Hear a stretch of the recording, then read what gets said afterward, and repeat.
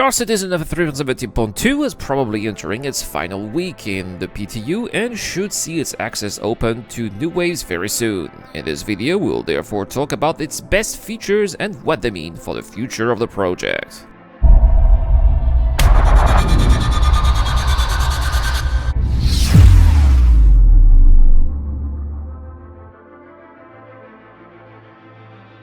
Hello everyone and welcome to the channel, it's the Eradicator, and in today's video we will go over what I believe to be the 5 best features of Star Citizen of 3.17.2, features that, as you are going to see, make this update something more than just a transition patch, for some of them at least. And we will start with number 5 here at the bottom of our list, and here we have, we will actually going to mention the brand new Anvil Centurion, the latest entry in the Atlas range after the Ballista and the Spartan. The reason why I particularly like this vehicle is because it marks the debut of true anti-air defense in Star Citizen. And sure, we've had already anti-air vehicles before. I'm thinking of the Cyclone AA and of course the Ballista, which was previously mentioned. But if we are being totally honest here, I don't think that any of these vehicles here represent a true menace for any attacking ship, especially missiles being very easy to evade with countermeasures, and the Cyclone being a very vulnerable vehicle. With its quad S4 laser repeaters and also some attrition 3s, the Centurion is a force to be reckoned with, and if accompanied by a missile-launching Ballista, for example, it will surely allow orgs that desire to do so to keep a position from being taken out by hostile forces, meaning that 3.17.2 will finally see the debut of true anti-air defense forces, and I can't wait to see what, for example, people are going to be doing in dynamic events like Jumptown.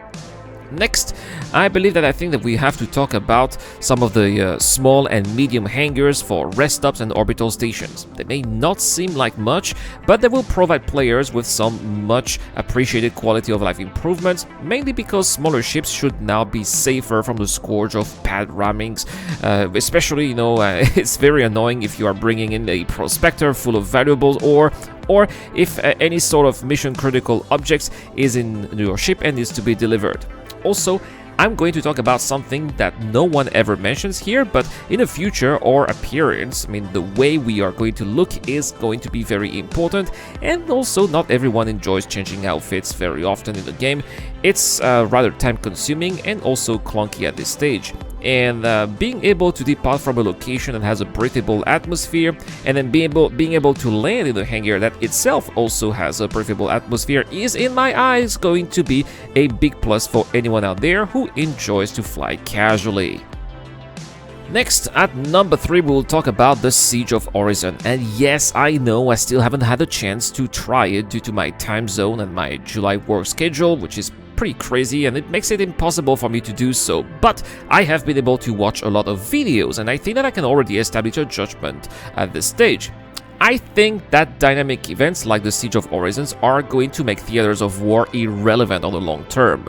The Siege of Orison is of course mainly FPS combat centric, but I've seen people bringing in the fight some ground vehicles like Nova tanks or ballistas, and it really looked like to me that we are starting to witness the beginning of combined arms situations, the very same experience that Sean Tracy and his team are trying to bring us here, at least want us to experience when theaters of war is going to be introduced. So with the Siege of Orison rolling out this quarter, and I really suppose that we are going to have more dynamic events of the same caliber being created, featuring perhaps a better balance between ground combat and air combat, putting the final nail in the coffin for the theaters of war debacle once and for all.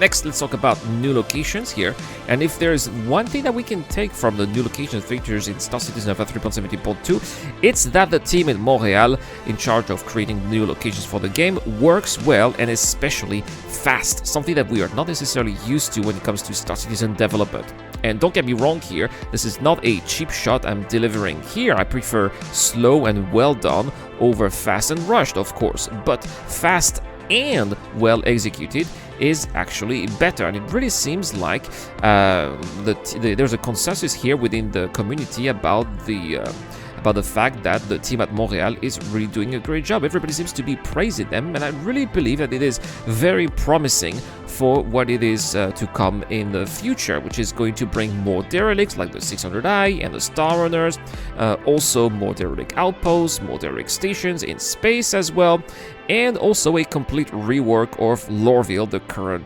oldest landing zone in the game. I also can't remember when was the last time that we've been given so many things to do and so many new places to explore in the game, and especially done within such a short period of time. We're talking about the length of half a year here, which is quite unheard of in Star Citizen's development, I think.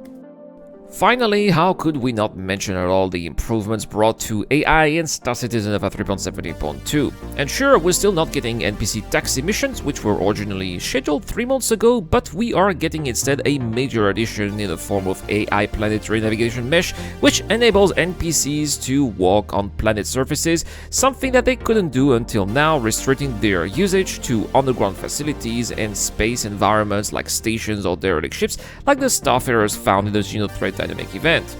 On top of that, NPCs are now able to be dropped off by a fellow NPC ship. They are now capable of leaving their jump seats and get up, leave their ships, and patrol the area for targets. Of course, at this stage, it's still not always working, but still nevertheless remains a huge step forward, and for sure heralds some exciting further AI improvements that will come in the future, like for example AI being able to go by their own business, for example. So there we have it, guys, the reasons why I believe that Star Citizen Alpha 3.17.2 is more than just a transition patch, despite being released between two probable wipes. This update will bring some much anticipated features that will lay the foundations of a whole lot of new exciting gameplay. But let me know in the comment section down below, guys, what is your opinion? What is perhaps, in your opinion, what is the best or perhaps the most interesting feature of this update? And this is of course this video's giveaway questions, so if you subscribe to the channel and answer the question, this can get you an Anvil Legionnaire thanks to Dr. Forbin. Also, feel free to join our Discord channel over there. We have a great community, and also another giveaway here that you can join through our video sharing contest or via Patreon or the YouTube Joe membership program. Thank you so much for watching, guys. I wish you all a wonderful day. It's been the Eradicator, and I will see you guys later.